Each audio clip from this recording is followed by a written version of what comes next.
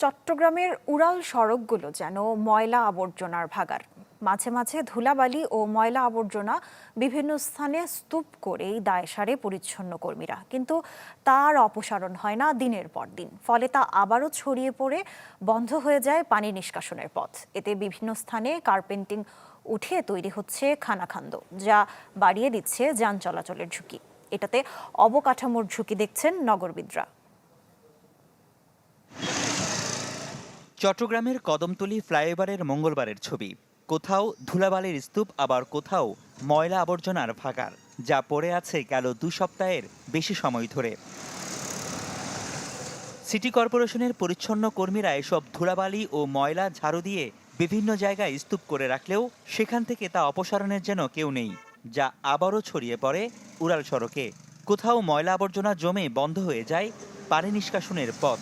এতে অল্প বৃষ্টিতেই ফ্লাইওভারে জমছে পানি, ফলে বিভিন্ন স্থানে কার্পেটিং উঠে তৈরি হচ্ছে খানাখন্দ, যা বাড়িয়ে দিচ্ছে যান চলাচলের ঝুঁকি। এখানে অনেক ধুলবালু এখানে জমা থাকে, কারণ এগুলা পরিষ্কার থাকে ভালো, কারণ এখানে গাড়ি চলাগুলো অসুবিধা হয়। মহিলারা পরিষ্কার করে টালাই যা গাড়ি আলা লই জানা। এখানে 1 মাসের মতো বালুগুলো পড়ে রয়েছে এবং এখানে পানি জমি থাকে, রাস্তা গাঁথা হয়ে যায়, আমাদের চলাচলের জন্য কষ্ট হয়ে যাচ্ছে। আমরা যাচ্ছি, ধুলাবালি নাকে মুখে ঢুকতেছে, অনেক সময় দেখাচ্ছে ব্রেক করলে আপনার গাড়িটা স্লিপ করলে অনেক সময় দুর্ঘটনা ঘটে। নগরীর অন্যান্য ফ্লাইওভারেও একই অবস্থা। এই যেমন লালখান বাজার বহদ্দারার ফ্লাইওভার, যেখানে পরিচ্ছন্নতার কাজ হয় না দীর্ঘদিন। তাই লালখান বাজার থেকে ১৬ শহর পর্যন্ত ধুলাবালির স্তূপ দেখা গেছে অন্তত 8টি স্থানে। বাদ যায়নি রাহাত্তারপুল ও কালামিয়া বাজার ওভারপাসও।